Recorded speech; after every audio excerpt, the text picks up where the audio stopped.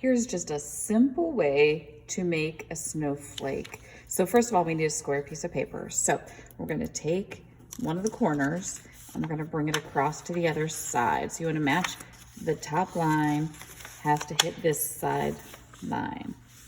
And just do the very best job you can matching it up, and then put a nice crease in it like this. It kind of looks, I think, like a sailboat. We need to get rid of this extra part. So I'm just gonna take my pencil and draw a line.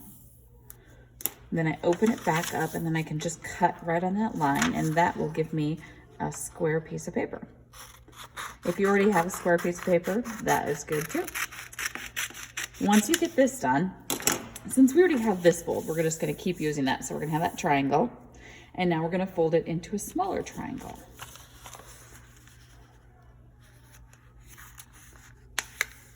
Like this. And then you will notice that this is all open. It has no folds. This has 2 folds. This has 1 fold. We want to keep this top part open. We want the folded sides to meet. So we're going to take and fold it. So now all 3 of those folded sides should be together. Always great to have the school bell go off while I'm doing this. Okay, so all the folds are right here. There's 1 fold right here, and it's open here.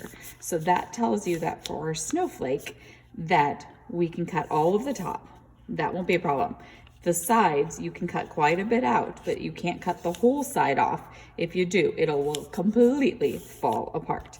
Now, you can just go ahead and cut, but you can also draw your designs on first with a pencil, and then you can cut it out. That is completely up to you, but that is the basic snowflake fold. Now, you will notice when you open it up that your snowflake will have 8 sides.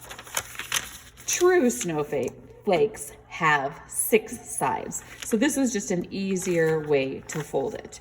If you want to try the more complicated fold, I will show you that in a different video.